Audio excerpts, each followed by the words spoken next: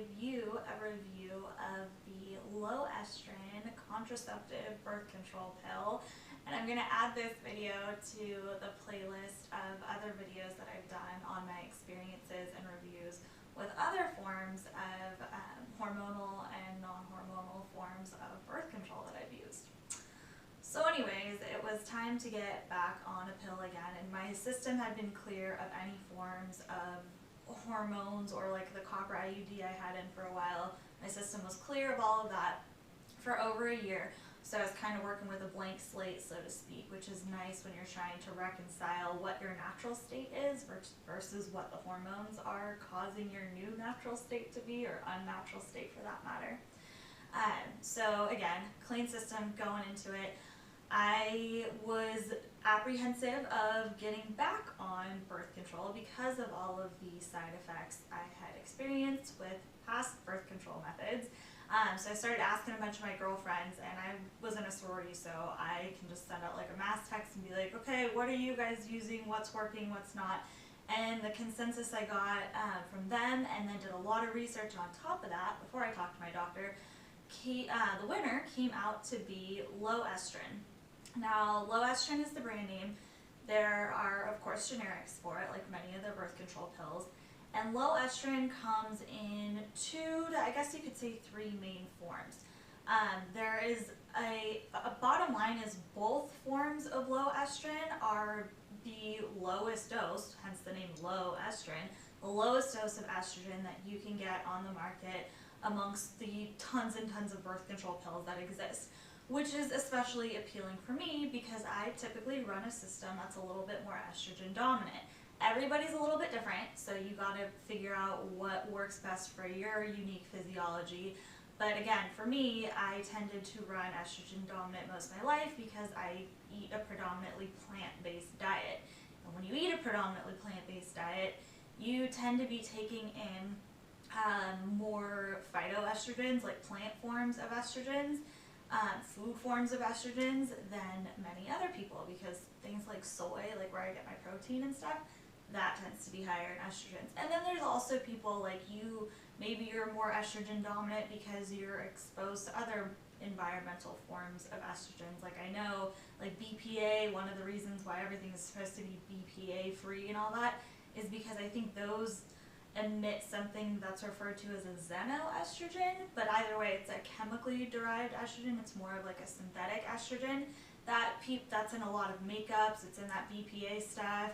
It's in stuff like when you touch receipts at the grocery stores. Like all that's getting absorbed in your system, and it tends to result in a heavier buildup of estrogen than normal. So you might be getting more estrogens in your system from a lot of different ways, which would make you more sensitive, back to the birth control thing, which would make you more sensitive to estrogen if you're also going to be taking an oral contraceptive.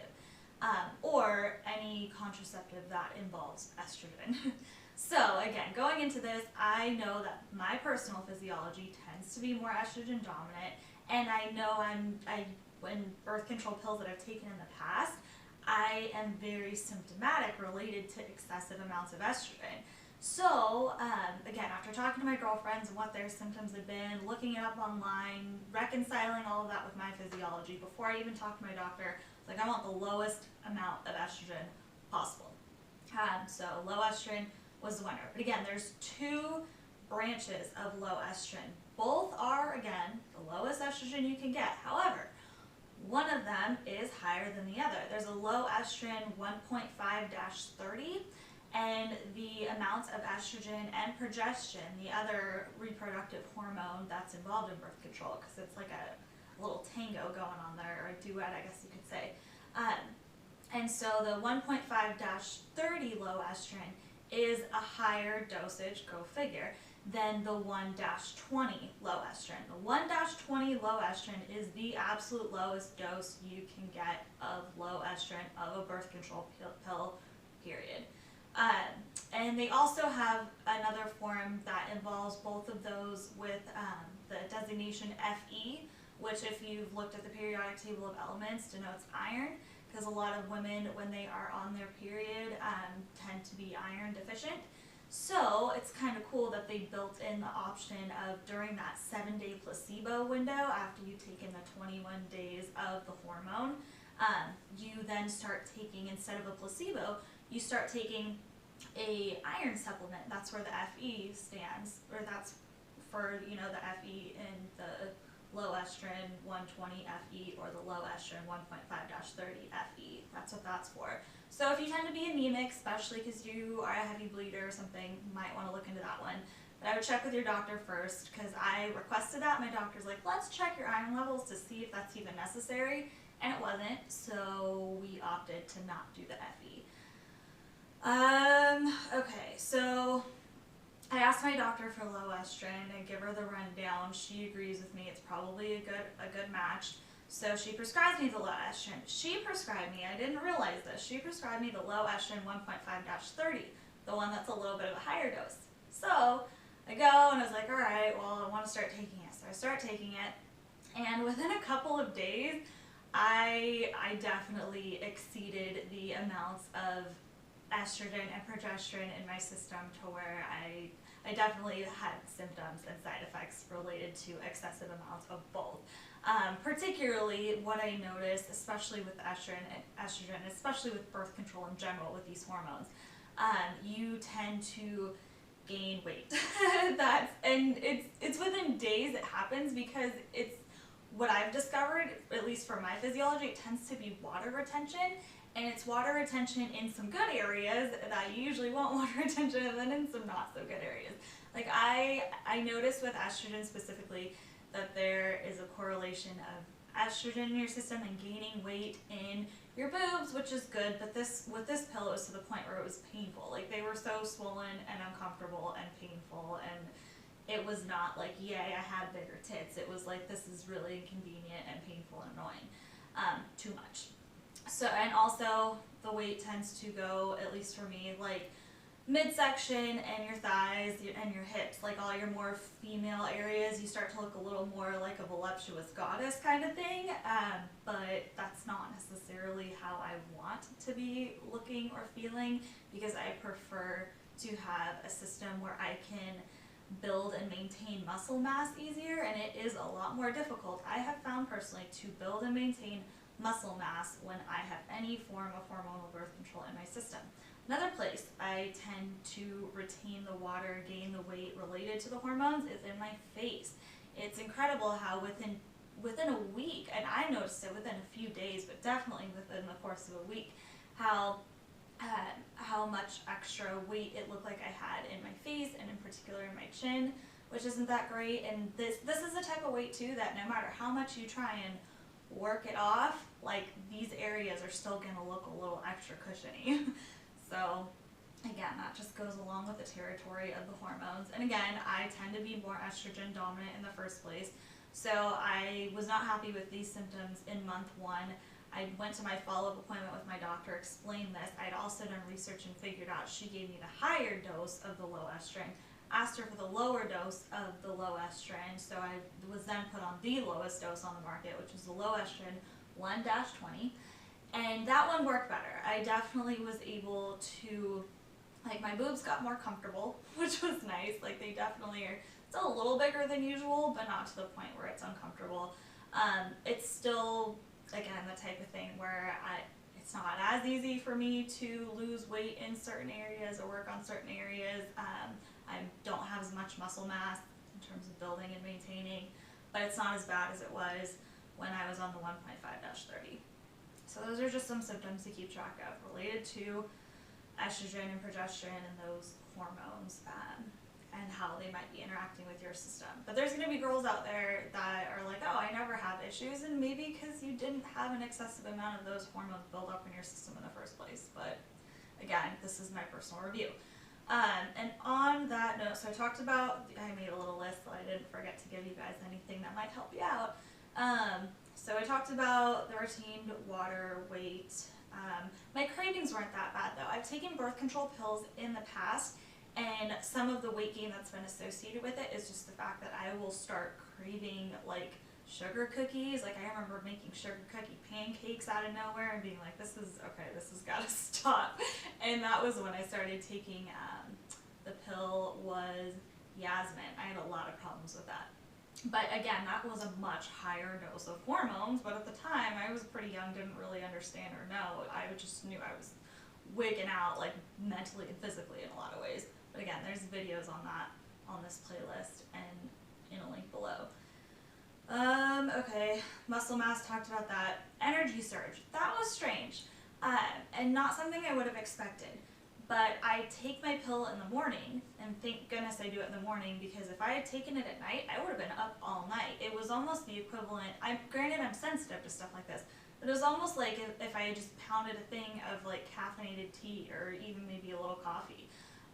But I definitely had like this, in the first couple days of taking the pill, like I could go tackle the world, like I just snorted maca root powder or something like that. But I had so much energy and I felt really, I don't know, amped. Like even though I couldn't really build or maintain muscle as well, for some reason I felt like I had the energy to try it. So that was strange. And it balanced out after a couple of weeks. Like either I really got used to that energy surge, or I learned that, I mean, my body just kind of regulated to where I'm back to normal, which I'm usually a high energy person, but this was like, whoa, noticeably different. The cool thing is that my periods were very light and almost completely pain-free. The pain-free part I tend to chalk up to what I'd eaten the month before, because birth control pills or not birth control pills, I definitely find the biggest correlation with my pain levels during my period is if I've eaten a lot of junk food or not. So if I eat really clean, I almost never have pain problems regardless of what's going on. But in paying homage to while I've been on this birth control for about 4 or 5 months, I have had very minimal to no pain during my periods. In case they are correlated. And again, the periods were light, which is nice. When I was reading up on the Loestrin website, they were talking about one of the reasons they designed a very low dose of the hormones is in order to help you get smaller periods.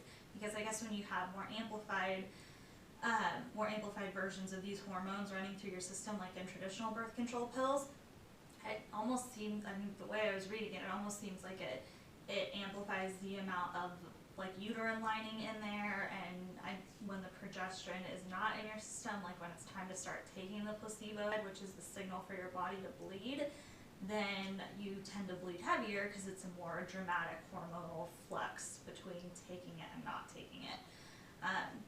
So again, I think that's why they designed it to be low doses, so women could have very light periods.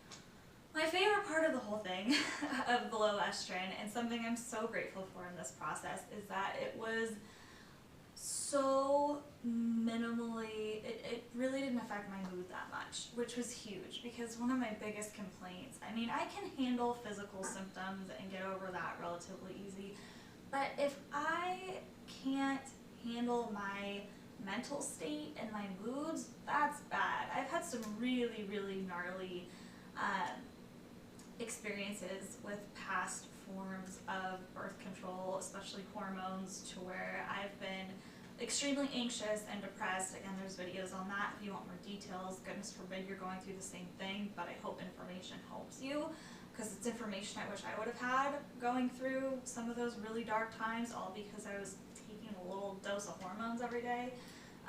So something that I really appreciate about this pill, again, with my system specifically, don't know how yours will necessarily be, but I was not nearly as significantly affected in terms of anxiety, depression, mood swings. That was really nice. Or even just being in a mental fog. Like I even noticed with the copper IUD I had that I felt like I was just not as clear in my thinking. And so it was nice that I didn't feel like I was in a mental fog with this as much.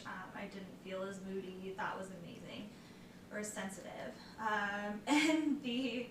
And something to note is that I'm sure a lot of you are thinking, oh, it's the lowest form of of hormones, like, is it as effective? And apparently, in all of the studies and all of the research, it is as effective. But I do tend to find that when you're gonna go into the route of like really low dose hormonal birth controls, or even like the mini pill, the progesterone only pill, it gets that much more important and crucial that you take it at the same time every single day. Because if there's less hormones that have been built up in your system to help smooth out if you are an hour or two late, then chances are you're going to be more susceptible to it not being as effective. And one way that you know that is the fact that you're spotting. So luckily on this, again, about the 5 months that I've been on it, I did spot a little bit in month 2 towards the end. And I think there's a two-pronged reason as to why that would have been the case.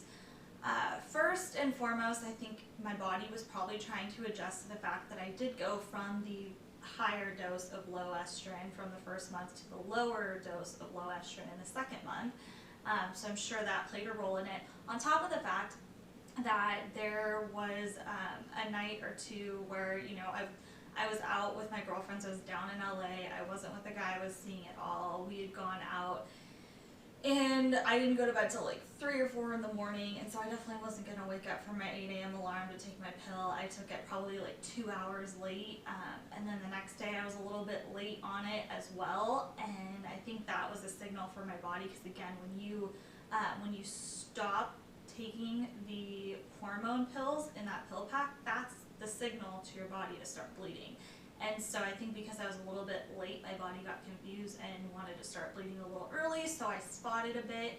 And again, I think that was because I was a bit late. So the following months, I made sure to take it at the same exact time every single day.